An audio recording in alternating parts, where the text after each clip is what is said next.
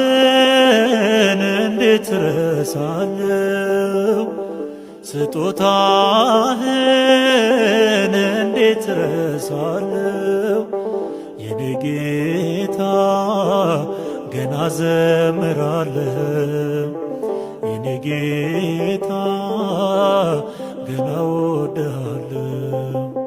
ከትቢያ ላይ ካፈር ላይ አንስተ ከሸለቆ ከጥልቁ ጎትተ ከፍ አረከኝ በስም ዝማሬ እኔ